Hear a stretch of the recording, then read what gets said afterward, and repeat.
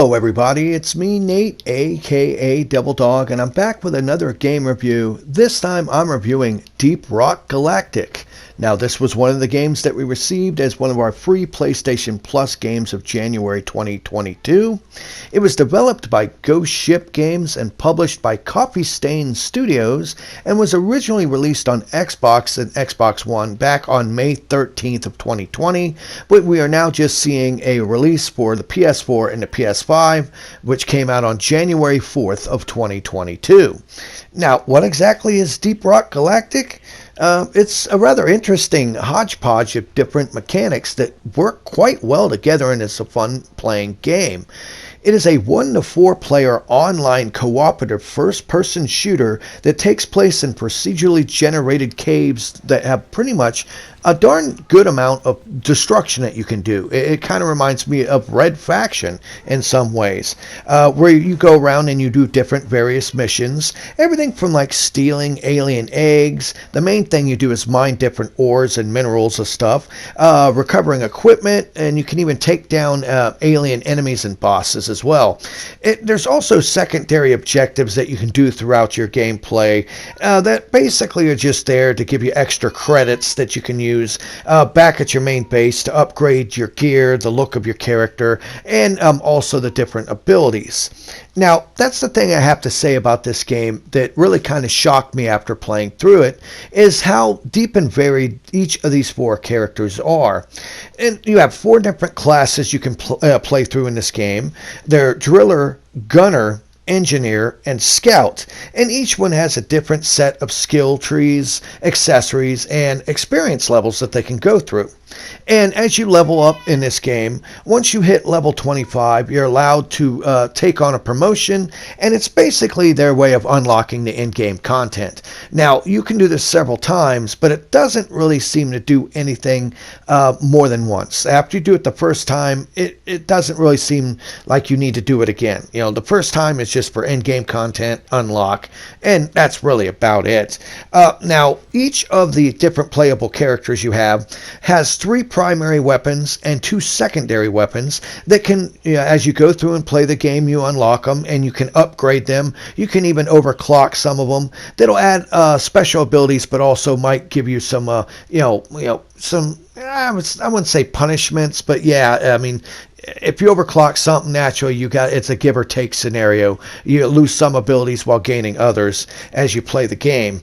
Now, as for the 4 different roles you can play, first up, let's talk about Engineer.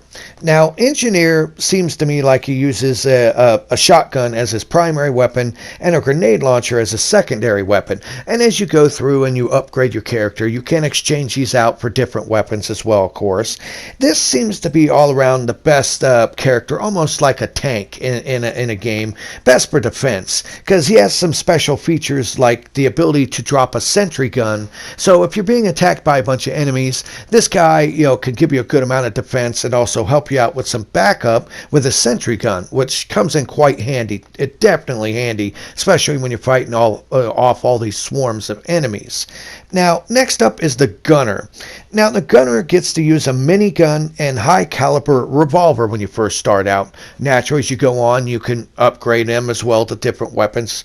Now, the main thing about the Gunner is he has a zip line and a shield that he can use. The zip line to create locations for the other players to be able to get across large areas, crevasses, uphills, stuff like that. And the shield that can be placed down that all the people can stay inside this shield bubble to avoid taking damage from the enemies. It's actually, quite helpful. Now, keep in mind, it is timed before the shield dissipates, and you have to, recast it again. And third is Driller. Driller starts off with a flamethrower and a semi-automatic pistol. And as you go through, you can upgrade some pretty wacky stuff with this guy. Now, I noticed with Driller, he has something that's like a satchel charge that you can set to makes a big explosion to clear out areas to help you mine better. But be careful, you can hurt and kill the other players with this thing. So while this isn't a PvP style game, it's a PvE, you can still hurt the other players. So just keep that in mind. This is hands down, out of the 4 different roles, the most efficient miner. miner. Well, with his drills and everything like that, he's able to drill holes and make paths a lot quicker than the rest of them. So naturally, you can have like the gunner and the engineer holding down the fort while the driller is making, paths so where you can get back to your escape pod, stuff like that. And the fourth and last one is Scout. Look at this as almost like the sniper class. Starts off with an assault rifle and a double barrel sawed off shotgun. He's made for long range attacks, and now if he gets attacked by a bunch of enemies, he can die pretty quickly. So he's not one of these guys that's good with a lot of enemies up close. He's like someone from taking them out far away.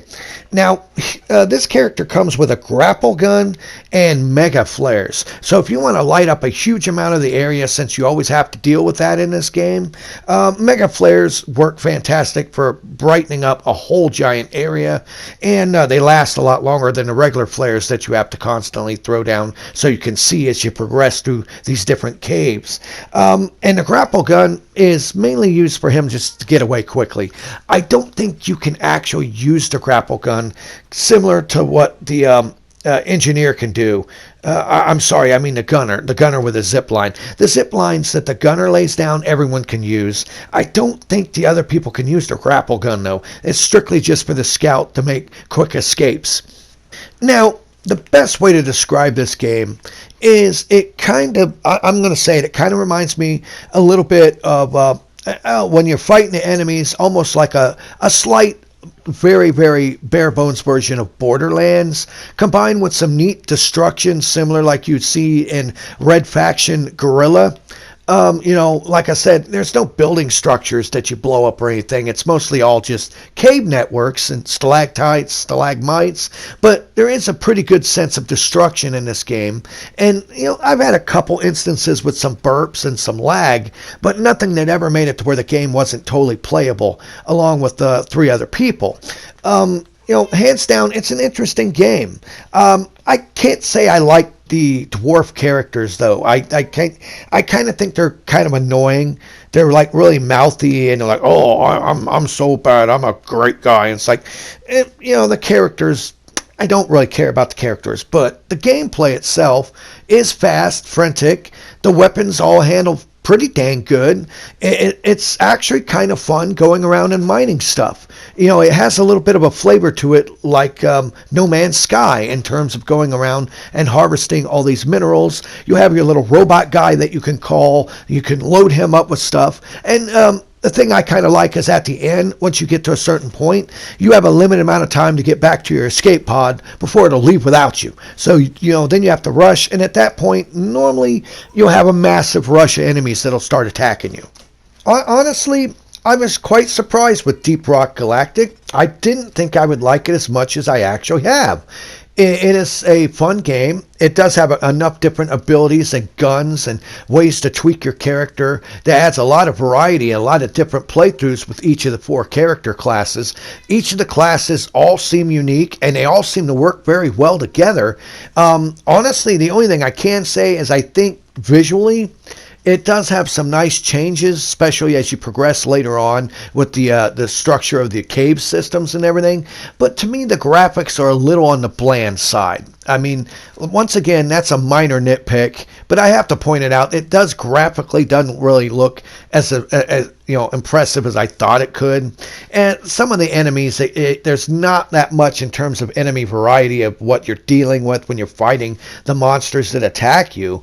But other than that, those are just slight nitpicks to pretty much an overall a pretty well-rounded, fun game that honestly it's quite fun to play, constantly going around trying to find the minerals you need to collect, doing the different objectives and the side missions in order to progress before you get out of there, go to the next level and get back to your main hub to where you can upgrade your character's looks and the weapons and everything like that. It was fun. It was actually a fun game, and I can definitely recommend it. And if you're a member of the PlayStation Plus, there's no reason why you shouldn't download this and at least try it out, since this is one of the free games of January 2022. This was Nate. Please leave down in the comments below if you actually like this game, what's your personal thoughts of it, which is your favorite class to play.